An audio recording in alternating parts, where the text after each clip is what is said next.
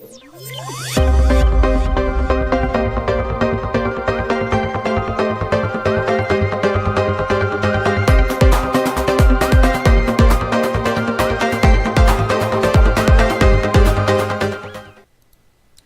a wonderful opportunity again to welcome very prolific Kenyans who have really done a wonderful job in the diaspora back at home in Kenya.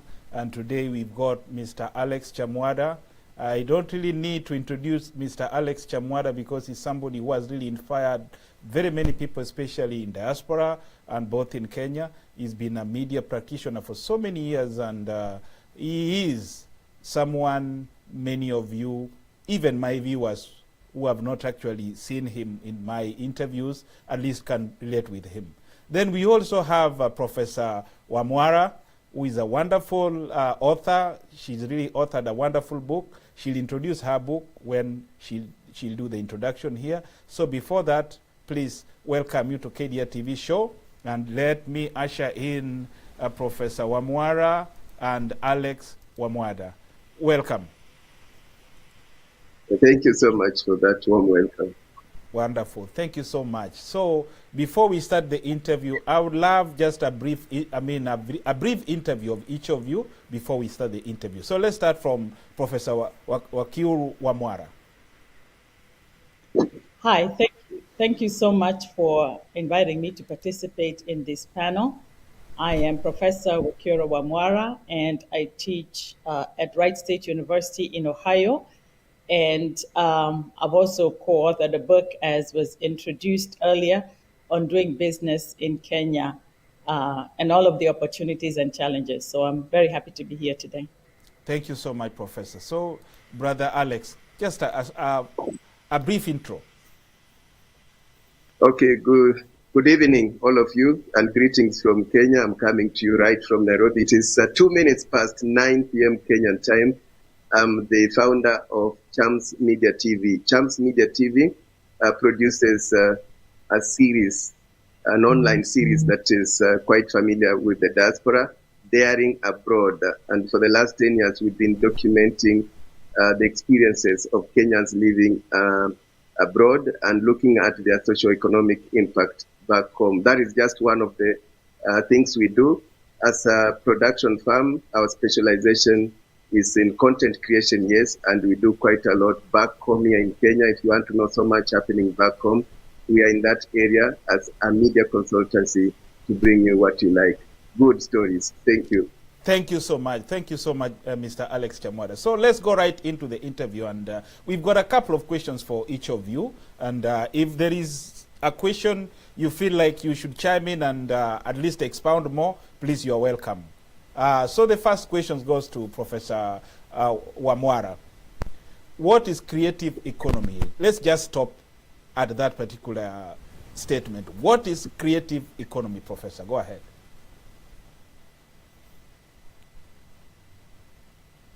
Economy, but I think that we can think of the creative economy as the economy that has been created by people who are working in many different industries. Primarily, when we think of the creative economy, we think about people who are working in the field of music, in the field of film. In Kenya, we have sports, of course, the area of advertising, and as well as also fashion. So the creative economy has it's really anybody who is working, creating content, if you would, using their intellectual capital. And the creative economy has really kind of changed all over the world. And in Kenya in particular, we have seen a very big rise to lots of people creating jobs, really doing a lot of wonderful work. Obviously, like even, Mr. Chamwada said that he is working in the area of content creation. So those would be really part of what is part of the creative, the creative economy. And you can find online lots of people who are talking about the role of creatives in different economies, as well as also academic research that has been done, with this. So I'll just kind of stop there with the definition of what the creative economy is. Thank you so much, Professor. Before I let you go, there's something also need you to expound a little bit more. What are the most promising trends in the creative economy, and how can entrepreneurs, startups, and innovators capitalize on them, Professor? I think some of the most important trends that we see in the creative economy is obviously globalization. The fact that creatives all around the world can quickly be able to, to get access and to be able to collaborate on projects, together. So globalization is one of them, a big trend.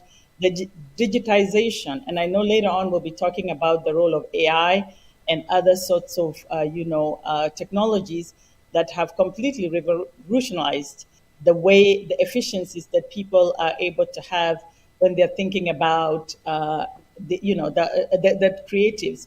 So we see people all around the world able to collaborate. If I were to pick, for example, the music or even the film industry, in Kenya in particular, we see creatives who are collaborating with artists all around the world. For lots of people on the continent, we are consuming products and service, a lot of, product services and content that has been created, all around the world. So if you think about the trends, we have globalization, we have digitization, and of course, one of the things that I'm sure we'll talk about later on is the challenges that a lot of people in the creative space are facing, right now, how to protect their intellectual property and other sorts of, issues.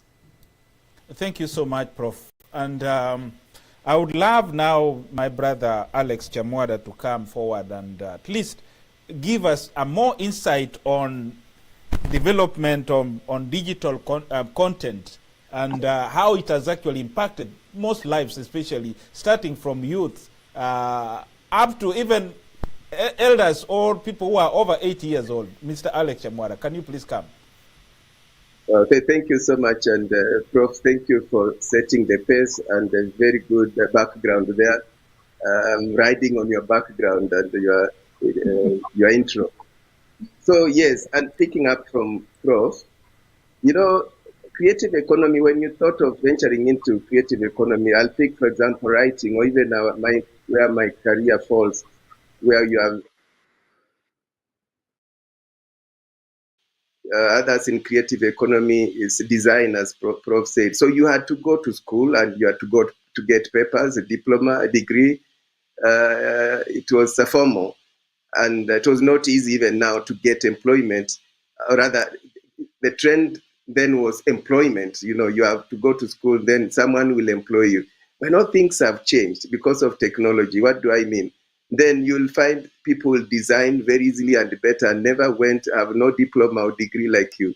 So you find people are now coming into the professions, into the creative economy. Why? They have the talent. Because at the end of the day, it's about, I may want to employ a videographer who has a diploma in videography, but you may find it's just a young guy who has used the normal phone and has grown and can do even better filming work than the so-called experienced or the trained one. So there is now a thin gap between training and coming in as an amateur. So then we say, who is an amateur, who is not trained? Because you'll still get the same quality of work, only that then we have to safeguard and say, while we are allowing those who have trained themselves, then there should be standards still, and there should be a way of controlling.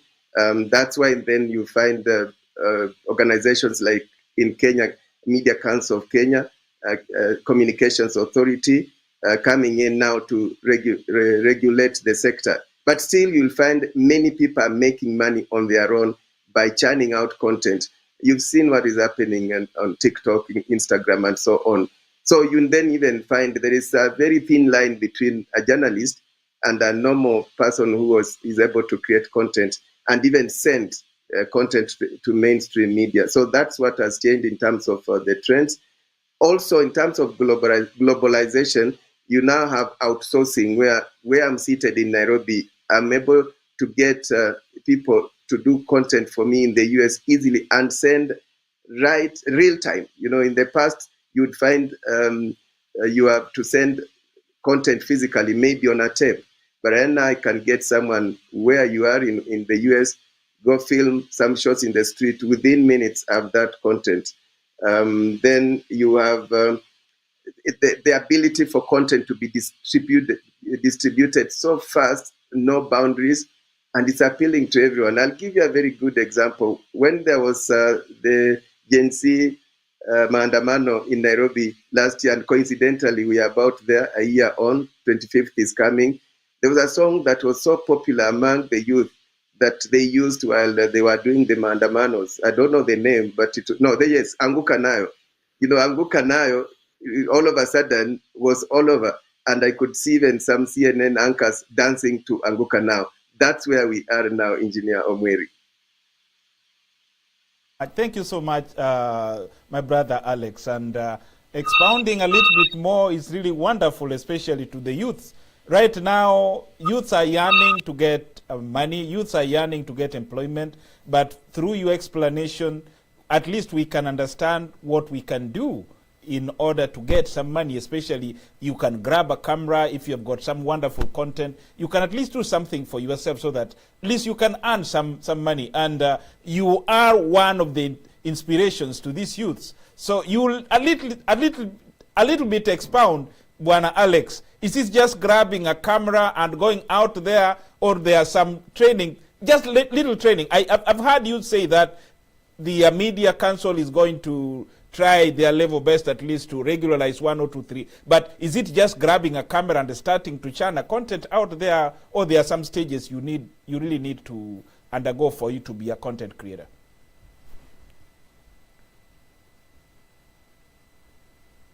We've lost your audio, Brother Alex.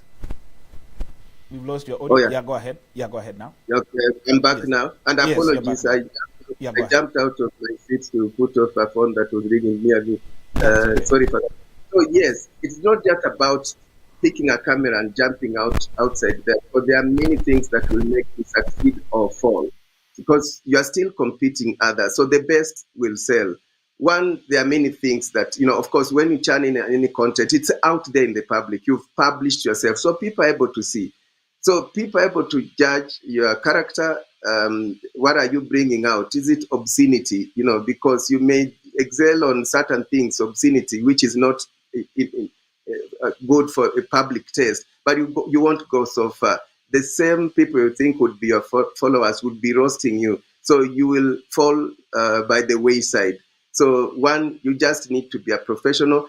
Learn some of the common practices. Come to people like us. We can take you through training, so that while you have a talent, yes, you've discovered you have a talent, but that talent will go so far if you are a professional. Because remember, advertisers will start looking for you. And without giving examples, you've seen even latest on the social media in Kenya, very good and talented artists who've been selling huge brands are being dropped because of just certain comments or certain things they did. They are releasing certain things on Facebook, and you see you are out there in the public. You lose that job, and then you go into depression because you are doing so well. People have rejected you. You go into depression. So learn some of the basics. Attitude is very important. What is your attitude like? The people you associate with. And how are you using that tool? Because remember, internet can be used for good or for bad. So you have access to internet. But remember, people are seeing. So if you don't take care, you'll fall by the website. And then the wayside. Then you'll start blaming yourself. Go to professionals, sharpen your skills, and learn certain things that the do's and don'ts in your industry. I'm just picking media as an example, but examples are all over. And have mentors, listen to people like Engineer Omweri and Professor Akuru. Thank you so much. I'm not a very good content creator. Oh, Professor, go ahead. You want to say something? Go ahead. I was just going to jump in because he touched on two things that are very close and dear to my heart. One is, of course, the youth, and secondly is the marketing of the marketing, how these people can be able to market themselves, as well as also branding. when you talk about, big name artists, in Kenya, this is not unique, to Kenyan content creators or even people who are doing advertising and media. I think that generally, even here in the United States, we have had, say, some basketball player or someone that whatever they may do in their personal lives ends up affecting them when they are the face of the brand. So I think some of the challenges that young people, and even not only just content creators, anybody who is in the public, that you are a brand, and that you have to manage the brand, so that you can also be able to collaborate with others. In fact, when you talk about the Anguka Now song, I know that in our KESA conference, which we normally hold, which is a conference of Kenyan academics in the United States, we had some PhD students who had done some work with, I believe, a professor in Kenya, and they were doing an analysis of how just the song itself could in fact become a social movement, and the way young people have been able to take this. And we can't even get into the political space, because I think particularly our Kenyan Gen Z, they have now really put a stamp on the world in terms of their ability and what they're able to do with the skills that they have. If you think about what has happened in Tanzania with the hacking of the police and all of those things that are connected with the politics. So I think that there's a lot of that there's a lot of opportunity, but at the same time, it has to be managed very, very well. Now, when you ask the question about, is it just as simple as picking up a camera, I think, like with any other field, there's always information that people who've been in the field can share. But I think one of the things that is really happening in our current world, particularly if we start talking about AI and others, is that it's very easy, and it's possible for people to really learn and get skills very quickly. I was just on a flight recently, and I was talking to a lady who is doing a lot of creative projects on the African continent, and she was talking about how AI and all of these technologies are enabling her to really fast forward how quickly she can train people. But one of the biggest things that she's facing is attitude. And Mr. Chamwanda talked about attitude, that how do you handle the attitude and having the pride in what you're doing from a branding, as well as also being responsible for other people's brands, if you are so so inclined. But anyway, I'll end there and let you ask the next question. Yeah, Professor, you basically come in full-blown thunder, because I wanted to ask you about AI, but you have briefly spoke about AI. So how does AI technology or emerging technology actually affect or shape the creative economy? Professor, please. Actually, let me start with, I was talking to somebody earlier who said, how do you really define AI?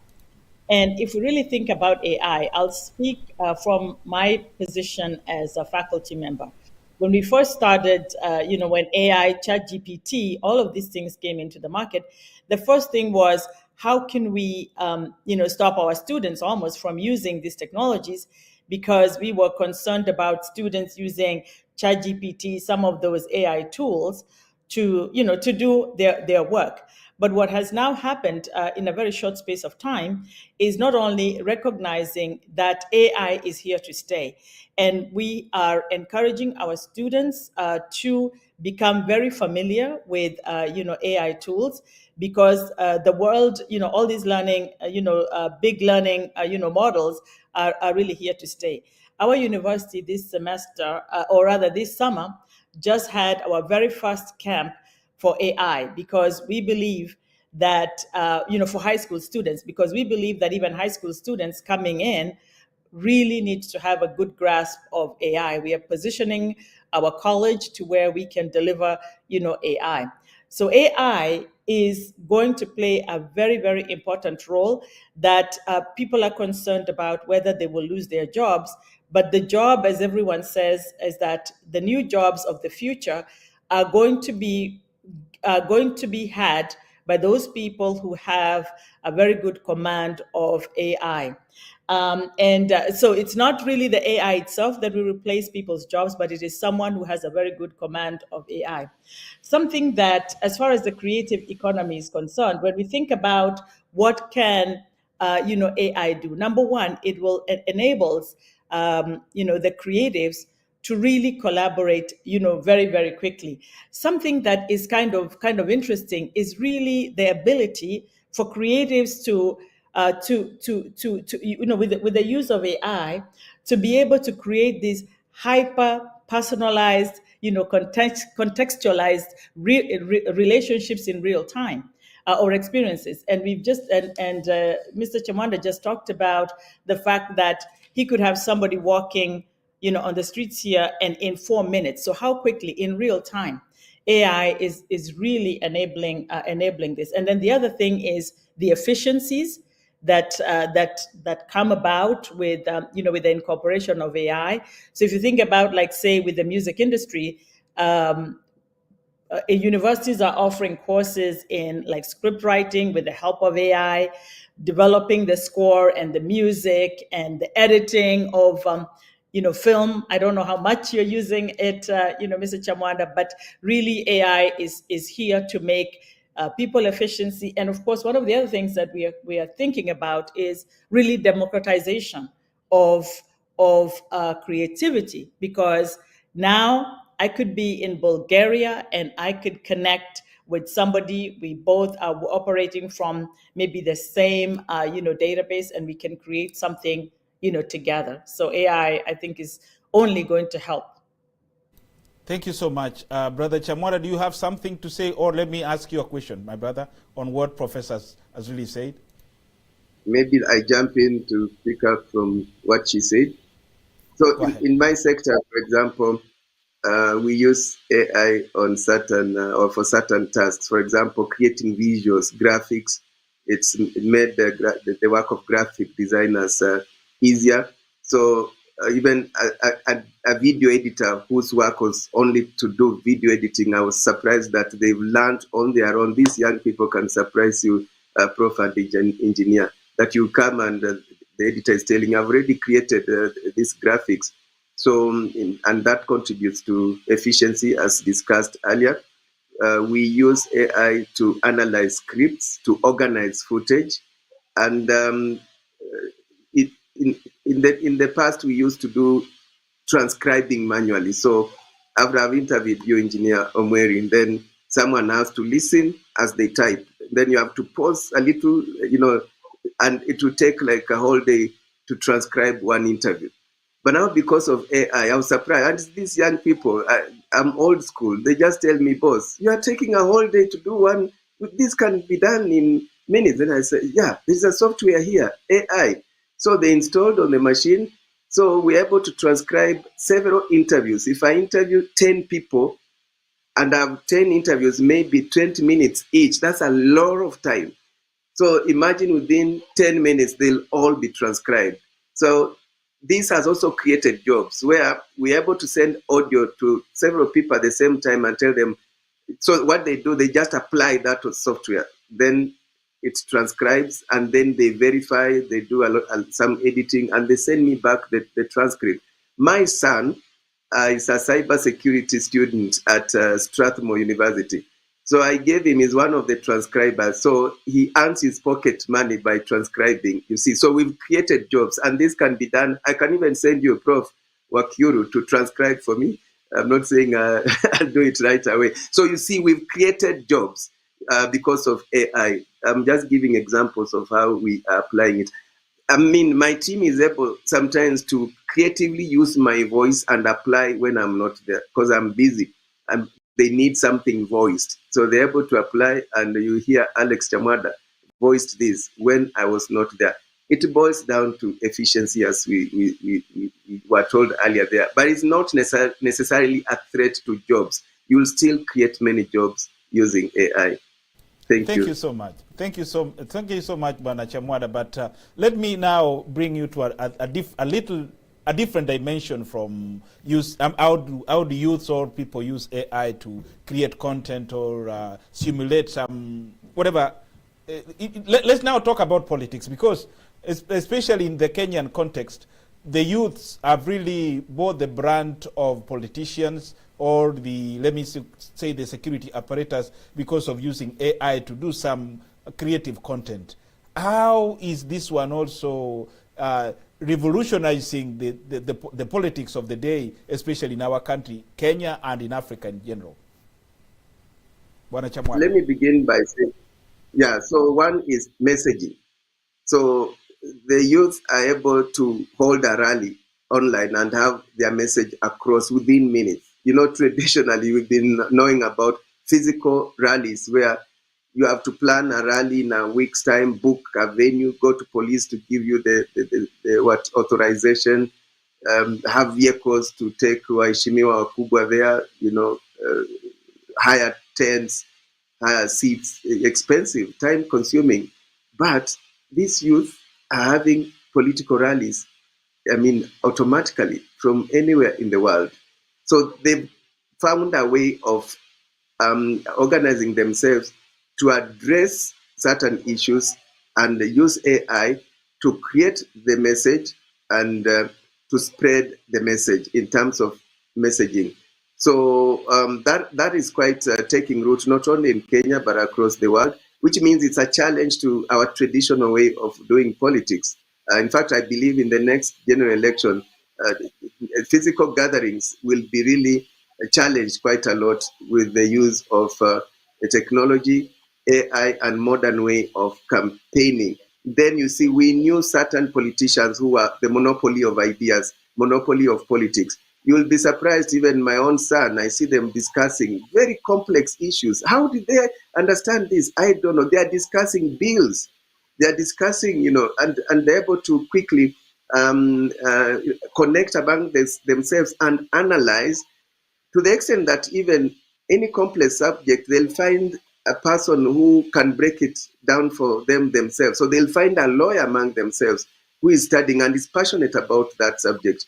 If it's something about climate change, they'll find someone who understands among themselves and is able to break it down to them. So that's a new shift in politics. But the other thing is they're able to do graphics or reenacting scenarios of the politicians, either to praise if they like your policies, your content, and you look good, or to chide you because you are giving them, or you are taking them for a ride. You've seen them mimic. Nowadays we really get entertained online. TikTok. You wake up in the morning, you even get late leaving your bed to go to work. Why? There is so much that is so entertaining. Now they listen to the politicians and, oh my goodness, they will reenact like you won't believe. You think that is the politician talking.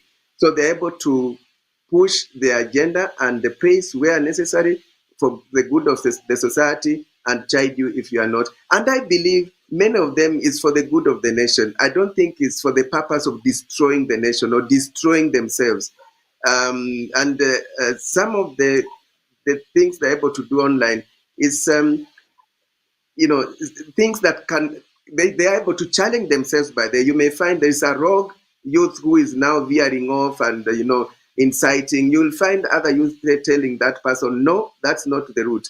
We are not going to allow that. We are peaceful. We want to discuss things peacefully. The other new thing is that then there are no boundaries, that you'll find a message will go across Kenya as compared to if you are to only hold a rally in Eldoret. That's where we are now, Engineer and Prof. Thank you so much. Thank you so much, my brother Alex. Professor, do you have something to say, to speak about the challenges which youths or entrepreneurs are faced using AI? Mr. Alex has really brought another dimension of how AI is really making it so difficult for the politicians we knew from the yesteryears that whatever they say today is exactly what is going to change the dynamics tomorrow. But these youths have enacted all these scenarios, and now politicians actually are in danger. So what's your take, Professor? Well, I would start with saying, when Google, came into existence, I think one of the first things that they were very concerned about was the democratization of information. So that regardless of where you are in the world, that we could, with a simple Google search, be able to get the same information. And I think AI is also now changing, is totally going to change the world as we know it. And one of the amount of good that you get from the AI is really just a function of whether you are good at prompting it or querying it to give you the information. So we talk about prompt engineering. One of the things that we are very blessed with, and it is a true source of competitive advantage worldwide, is the young people. That our population in Africa, not just in Africa, we are very, very youthful. And so these new technologies call for young people. Mr. Chamwada talked a lot about these young people. They can be able to do this, be able to transcribe things very quickly. It is a fact that worldwide these changes are going to be led, by young people. And in Kenya, we've had, the Gen Z, the Gen Z movement. And I, as particularly last summer when we had the Gen Z protesting the finance bill, it was interesting for me to compare what was going on in Kenya with the Gen Zs that live in my own house, and to see what are the differences between how the Gen Z in Kenya were protesting and also what was happening here in the United States. And I can see that even for us here in the diaspora, our young people are challenging and are moving forward to really become very active in the countries where they are. Now, when it comes to the challenges that not only just the AI brings, I think with our young people, the challenges of creatives centers around whether or not there are legal frameworks that have been developed to protect intellectual property, whether or not our governments and policymakers create listen to the young people, to be able to, not just young people, but really begin to listen to the population, because it's no longer business as usual, that everyone now has access. I talked about democratization of information, but now with as the AI tools become more adapted worldwide, or particularly in Kenya, in Africa, that all of us will be able to go in and query.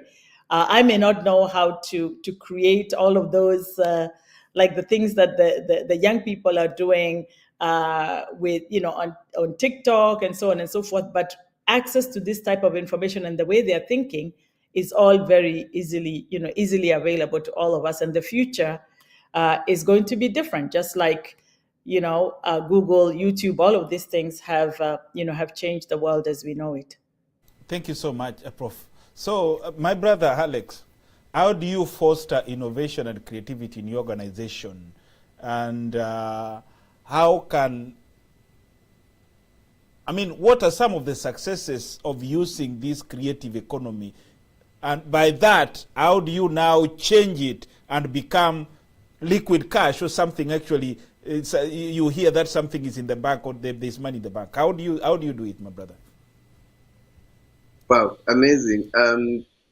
I was employed. I quit my employment 11 years ago. So what was I known for doing? The normal news, running around, politics, and what sells? Sensation, I was a bit depressed because it even weighs you down.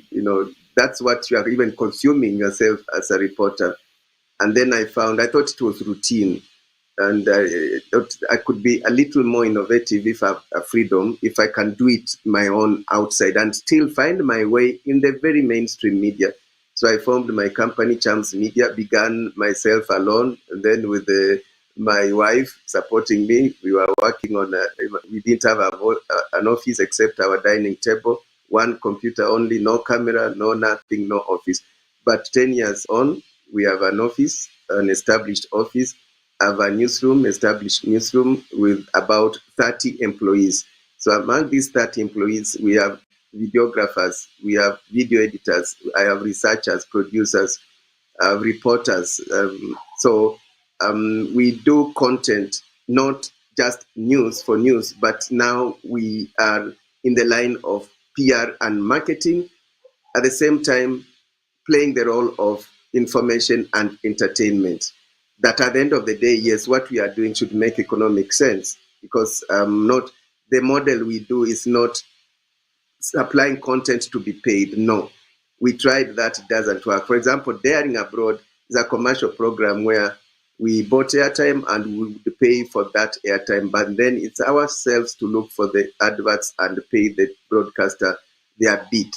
But we moved online purely now. You can find us on our YouTube TV, Champs Media TV, and on our various digital platforms, where our sponsors who would come on TV said, we are getting more leads even from your online platforms than even mainstream media. That's why we moved to purely online, because you asked how we are making money. So, and how am I using IT, technology, AI, and so on. I've already even mentioned that my creatives in the company are coming up with ideas like even just transcribing scripts, doing graphics, and I've empowered my young people by training them to professionalize them.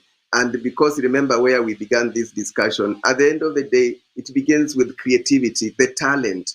So you will be surprised that one of my top videographers who has many skills, he's a videographer, he is a photographer, and actually is the one who helped me set this and come online. I was grappling with my computer. He's at the same time able to do drone shots. He's able to do video editing. He's a producer. This guy is a former watchman. I turned a watchman, soldier. Unajua soldier kwa gate pale, na hiyo uniform yao. Turned him because he approached me and he told me I can do what you people do. I took him to college, KIMC, and he's doing all those. So you've asked how am I empowering or supporting? That's how I'm supporting these young people. You have a talent, and the best will always sell. It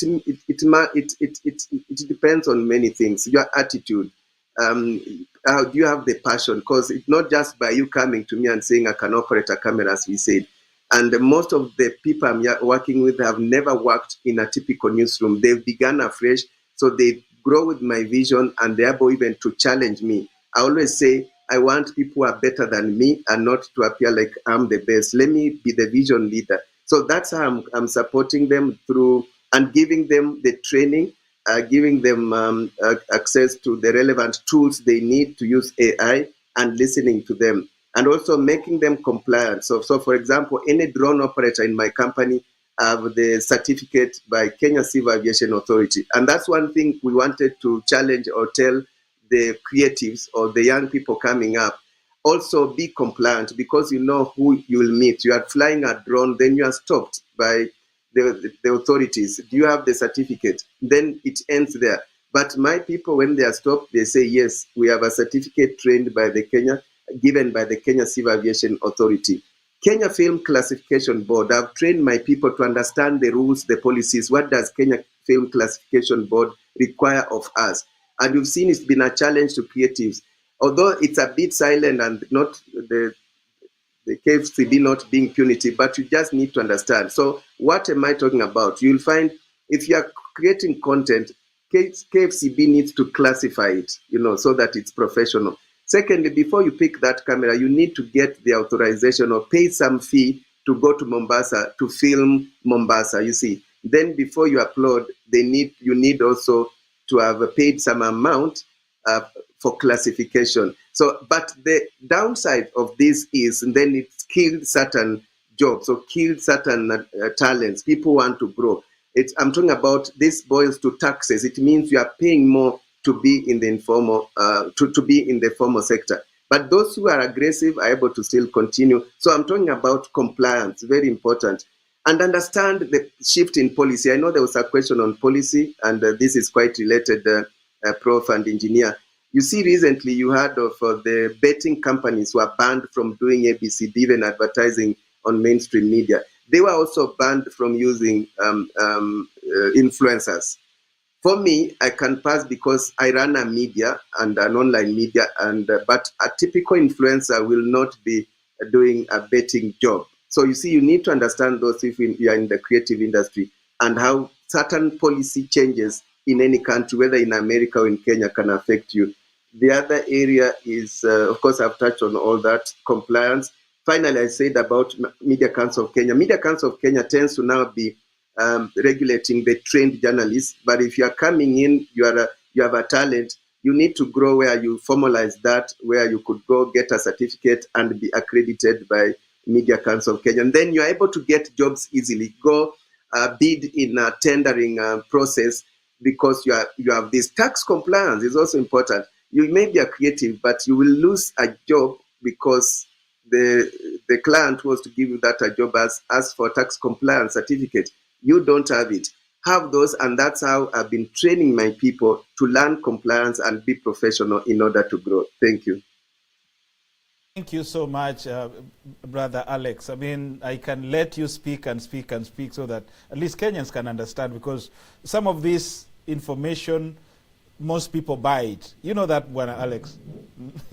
To train people to make money, most people charge money, but here you are really giving us free of charge. Thank you so much. So, Professor, there are so many challenges still out there, so many business people actually face when they are using AI, when they are using social media platforms. But let me divert a little bit and now talk about your book.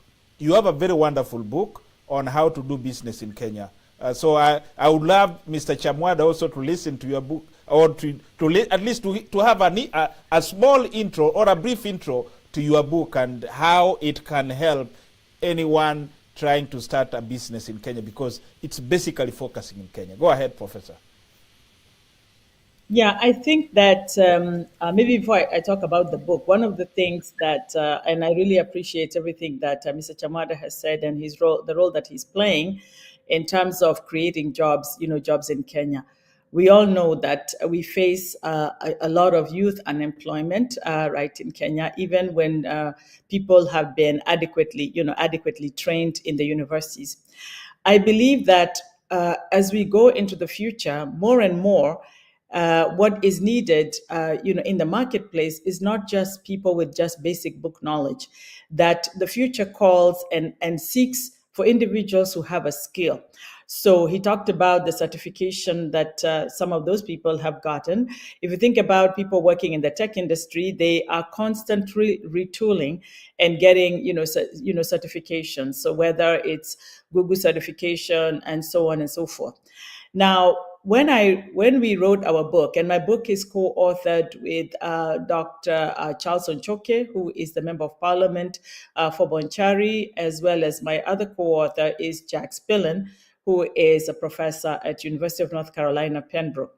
But we wrote this book because everybody talks about, Kenya and Africa as, the next, the rising of Africa.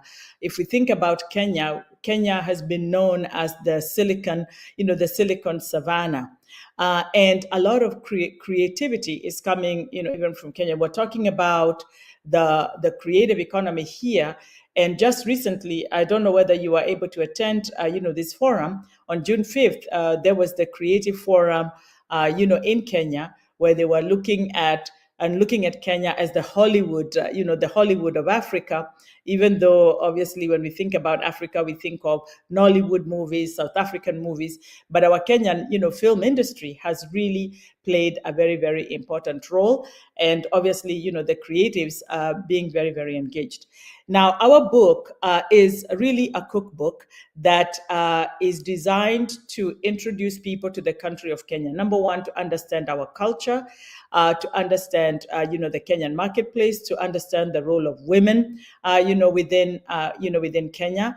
And coincidentally, a lot of our women, I always say this, a lot of our Kenyan women are almost by default, entrepreneurs. If you can think about, in our villages,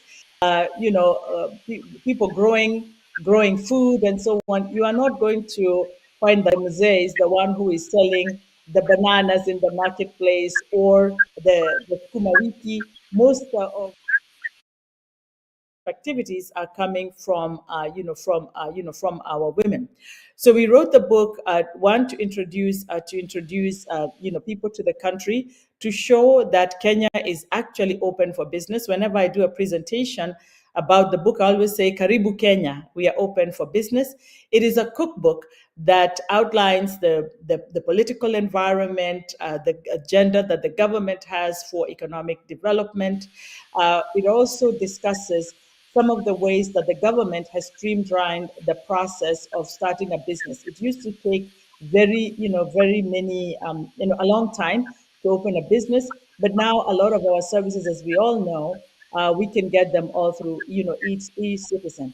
Mr. Chamanda was talking about, tax compliance. All of these things are all tied together because, again, our government is doing its part in really trying to bring our economy, and especially the ways to start a business and the process of getting the different licenses. So our ease of doing business, Kenya, one of the rankings that we have worldwide is ease of doing business, and Kenya is becoming a country, over time, it's becoming a lot easier, to do business. Now, as I mentioned, our book not only talks about the opportunities, but it also talks about the challenges. Some of the challenges are things that we know. Obviously, it's not as easy to start a business as it is here in the United States. If you want to register a corporation here in the United States, it's $99, and so you do a name search and you have a business. It's a lot easier, and that usually the easier it is for people to open a business, the more likely that you're going to get a lot of investment dollars, flowing into the country. So it is a very good read for someone wanting to know, one, what is Kenya all about? What business opportunities are there? We talk about the future, and the one thing that we can leverage worldwide is that Kenya has an educated population. We speak, English as well as also Swahili. We are part of the East African community, so there's a lot of opportunities, for doing business. The book is available on. Is available online on Amazon and and other places. So yeah, if you would like to know a little bit more about doing business in Kenya and to understand the culture, the book would be a very, very good read. It's not just academic; it's academic on the one hand, but it also is a cookbook of sorts that walks you through all of the supporting agencies, like the Kenya Association of Manufacturers, the the banking industry, and so on. So thank you for giving me the opportunity to speak about the book. Wow, can I jump in? Yes. Yeah, you just found a buyer because I'm going to look for that book right away. Yeah, I'll be your ambassador to spread this word and help boost your book. Now, you've made me jump into something that is quite related, and I'm excited about what you've done. And indeed, you are daring abroad. So again, you're going to appear on my show, Daring Abroad. I'm going to look for you. So I've gotten a story there. Then it's to just say, Chams Media, and along the line of Daring Abroad, we've been hosting investment forums across the world. We are now organizing the 30th investment forum. We've done Australia, we've done UK, we've done Canada, US. This is our third time. So from 19th July, I've shared, engineer, the link to the landing page there. So from 19th July, we will be in the US, starting with Houston. Details are there. We'll be in Houston, New Jersey, Worcester, Massachusetts, and Washington, D.C. every Saturday, those cities.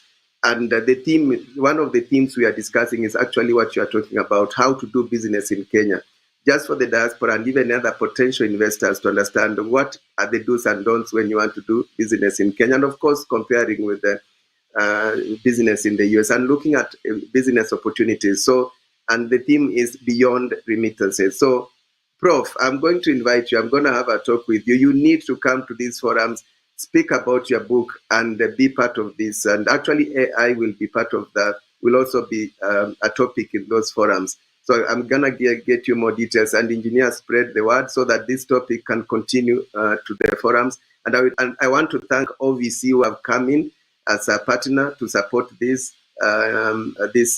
forums, as even getting us resource persons, and also spreading the word. KDRTV, we've worked so well before in many of these forums, and thank you also for supporting. So you are most welcome, Prof, to these forums, and this will be a good opportunity to keep spreading the word and what you are talking about. I think it's something to note, and already we have the support of the Kenyan Embassy in Washington, D.C. Ambassador David Kerich is on board as the guest of honor for Washington, D.C., Massachusetts, and New Jersey. Then we'll have Ambassador Ezra Chiloba as guest of honor in Houston. So you are most welcome. Thank you for this opportunity. Thank you so much. Thank you so much, Bwana Alex. And, you know, we've worked with you, but the problem is I don't get you when I need you, but I know you are a very busy person. So maybe we'll foster a working relationship and then ensure that at least when I'm looking for Mr. Chamwada, you can get me. So don't worry about that, but I'll help you. Maybe we need to use AI to make it simpler. Thank you so much. So we've got a few minutes. So this particular few minutes, Professor, do you want to say something before? I just wanted to jump in and want to tell Mr. Chamwada, thank you for inviting me. Anything that I can do to support, doing business in Kenya. This book, coincidentally, when we wrote it, there was only one other book, and it had been done a very, very long time ago.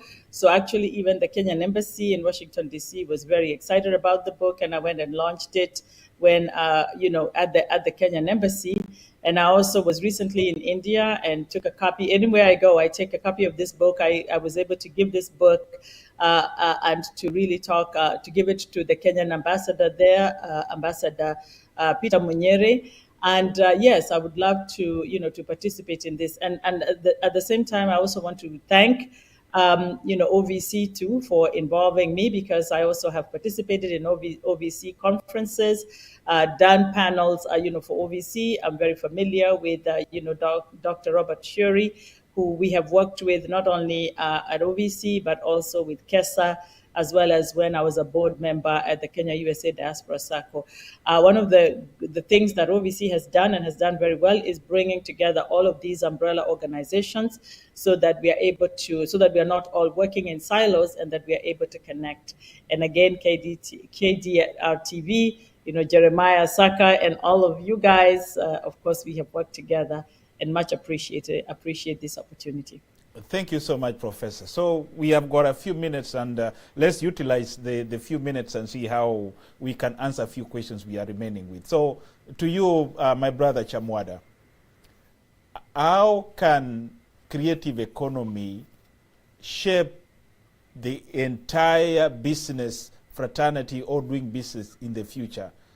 How do you believe that this is actually going? Most businesses, you've given us an example here that most TV stations are really closing down. They're really struggling to make it work for themselves. But now most advertisers, most businesses are getting leads online. So how do you? I mean, what do you see the creative economy or the social media platform in the next 5 years from today?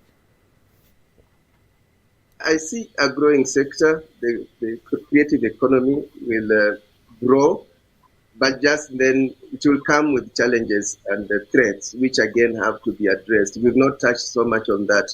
People are using technology, AI, to blackmail others, to defame your competitors, and to spread fake news. People can create a voice of Alex Chamwada advertising a certain product that may not be an appropriate product. Before you realize, one, they use Alex Chamwada for believability, so you'll believe and go into that. And it's bad for me. It may be damaging because that may not be a very good product. So those are some of the threats that may continue facing the sector, and they'll continue to grow. While the sector will grow, the threats will continue to grow. And again, the participants in the creative economy, whether you are a designer and so on, if you don't take care and again just be professional, you are likely to land into trouble. something we didn't touch on. You've heard so much talk about the Computer Misuse and Cyber Crimes Act 2018 of Kenya. You need to understand it, even if you think it's not useful. Just understand so that you know the boundaries, what you can do, what you can't do. Because while technology can be used for the good, it can be used for the bad. Like this act is very strict on unauthorized access. So you are in business, but then you are using your technology, your IT, your skills to gain unauthorized access to other people's systems. You land into trouble, interference with computer systems, cyber espionage. So our youth need to know some of these things, and you could face penalties up to 10 million shillings or be in prison for 10 years. So people need to understand this, then have legal backing where even if you land into trouble, you're able to navigate through this. But the AI is going to grow businesses. Of course, we talked about efficiency. It's going to create jobs if it's used well. And those who don't abide will be swept by the wayside. For example, in media mainstream, people are going online, advertisers are going online. You don't have to close. You also line and go online, where you'll still have your TV, but it's supported by modern technology and you're able to still survive. So that's where we will be in the next 5 years.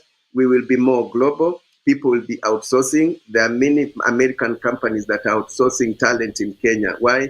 It's because of technology. Thank you.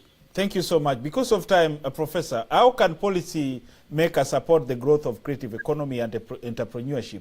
What collaborations you would advise for the general public, diaspora, academia, private sector, and government?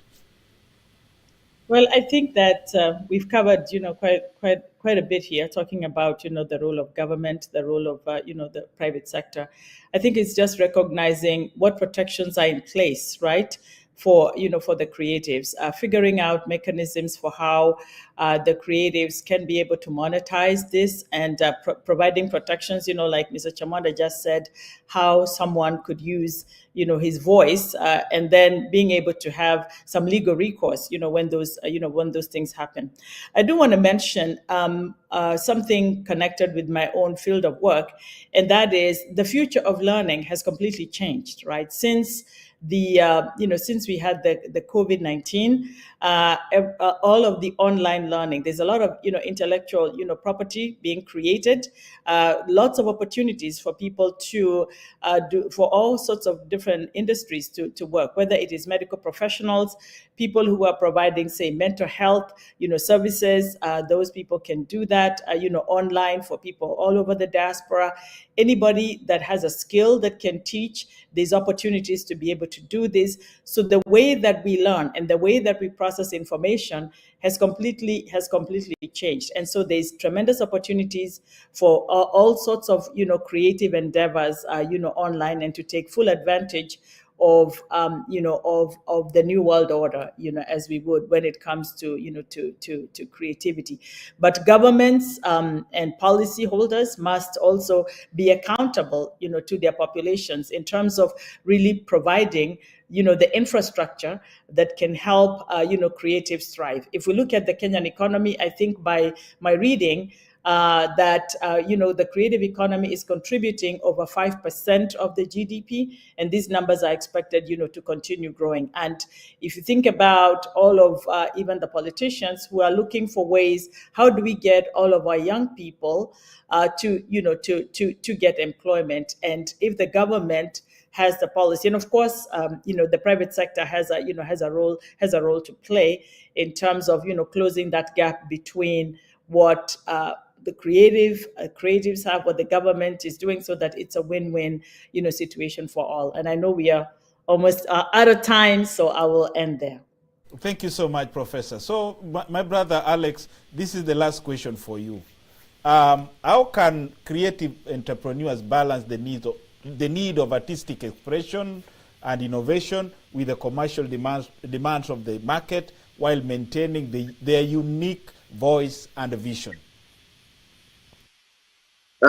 One is to identify yourself, have your brand, grow your brand, and there are now bigger commercial entities that have their brands as well, and you can work together. You can be a young, budding brand coming up, and you collaborate with brands like Chams Media, and you find there are things you'll still do together as that young brand and the established commercial brand, while maintaining yours and learning from the established. And you can, now even partner. For me, there are even some workers who are not full employees, but they are like partners. So they are growing their brands as we work together. And I think, in a summary, that's a way to go. And really learning, for example, protect your go to, like, daring abroad is a trademark, so we've registered it. So register your trademarks. Copyright, know your concept, register your concept so that it's not stolen. Thank you so much. So in a nutshell, we've really covered a lot. We don't really have enough time to do much, but I believe that if we could have gotten more time, we could have discussed. But I know you guys, you are very busy. Professor, you have just come. You're still having a jet lag. We can't keep you waiting here for long. Bwana Alex Chamwada, maybe your people are still waiting for you out there to do some content. I really thank you for this opportunity. And if there is anything you feel like we left out, please, 1 minute each so that we call it a day. Let's start from Bwana Alex. Well, for me, I think I'm pleasantly surprised that we've covered all that in 1 hour. And at the beginning, I was fearing now, oh my goodness, what will we be saying in 1 hour? It's already 1 hour on the dot, and you're a good moderator. It's gone beyond my expectations. And have a good night, all of you. And all those who've listened to us, bye-bye, and thank you so much for your attention. Thank you so much. Thank you so much. So, Professor Wamwara, go ahead. Yeah, I also want to say I was concerned about my jet lag, if you would, but I was very excited to be here. It has been a wonderful session. I thank all of the people who have tuned in and those who will watch this video. And as Mr. Chamwanda said, you are an excellent moderator. And coming from him, who has interviewed many people, the professor in me has to tell you that you have to take that feedback very seriously. And I think he's giving you an A+, A+ on that. But we talked a lot about young people. We talked about some of the challenges, but because I happen to be with young people all of the time, I want to encourage all of our young people not to be afraid to take on these new opportunities, these new technologies. The future does belong to them, and they don't have the option of being sidelined. And we are in Africa. We are the continent that's going to make big changes in the future, particularly because we are leveraging and will be able to leverage our youth to change the future. So thank you very much, everyone. Thank you so much. And for our viewers, till next week, we'll bring you another scintillating show from our professions across the world. So we call it a day, but let me briefly hold the two panelists before they leave. But now for the online guys, thank you so much. And